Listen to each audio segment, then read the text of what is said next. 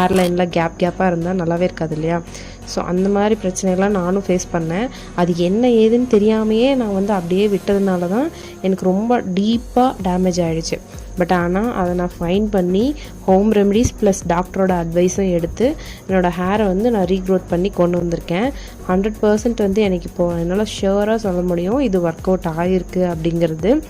So already நான் வந்து hair fall stop பண்ணுறதுக்கு என்ன டேப்லெட் எடுத்திருக்கேன், அதுக்கப்புறம் வந்து பார்த்திங்கன்னா ஷாம்பு என்ன யூஸ் பண்ணிகிட்ருக்கேன் அப்படிங்கிற மாதிரியான விஷயங்கள்லாம் வந்து ஷேர் பண்ணியிருக்கிறேன்.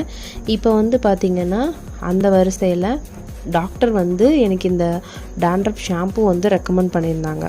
ஒன்று வந்து பார்த்திங்கன்னா ரொம்ப ஹை டோசேஜ் இருக்கிற மாதிரி, இன்னொன்று வந்து பார்த்திங்கன்னா நார்மலாக ஃபங்கல் இன்ஃபெக்ஷனுக்கு கிளியர் பண்ணுற மாதிரி. ஸோ 2 வந்து எனக்கு கொடுத்துருந்தாங்க. இது 2 மட்டும் வந்து என்னை ஃபாலோ பண்ண சொல்லியிருந்தாங்க. ஒன்று வந்து பார்த்திங்கன்னா வீக்லி 2 டைம்ஸ் வந்து யூஸ் பண்ண சொல்லியிருந்தாங்க.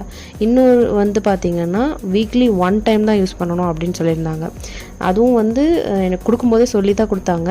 அந்த ஒயிட் ஷாம்பு வந்துட்டு பார்த்திங்கன்னா நீங்கள் இனிஷியலாக டாண்ட்ரஃப் போயிடுச்சு அப்படின்னா உடனே அதை ஸ்டாப் பண்ணிடணும், மேற்கொண்டு அதை போடவே கூடாது அப்படின்னு வந்து சொன்னாங்க. ஏன்னா அந்தளவுக்கு டீப்பான ஸ்ட்ராங்கான இதெல்லாம் இருக்குது அதில் அப்படின்ற மாதிரி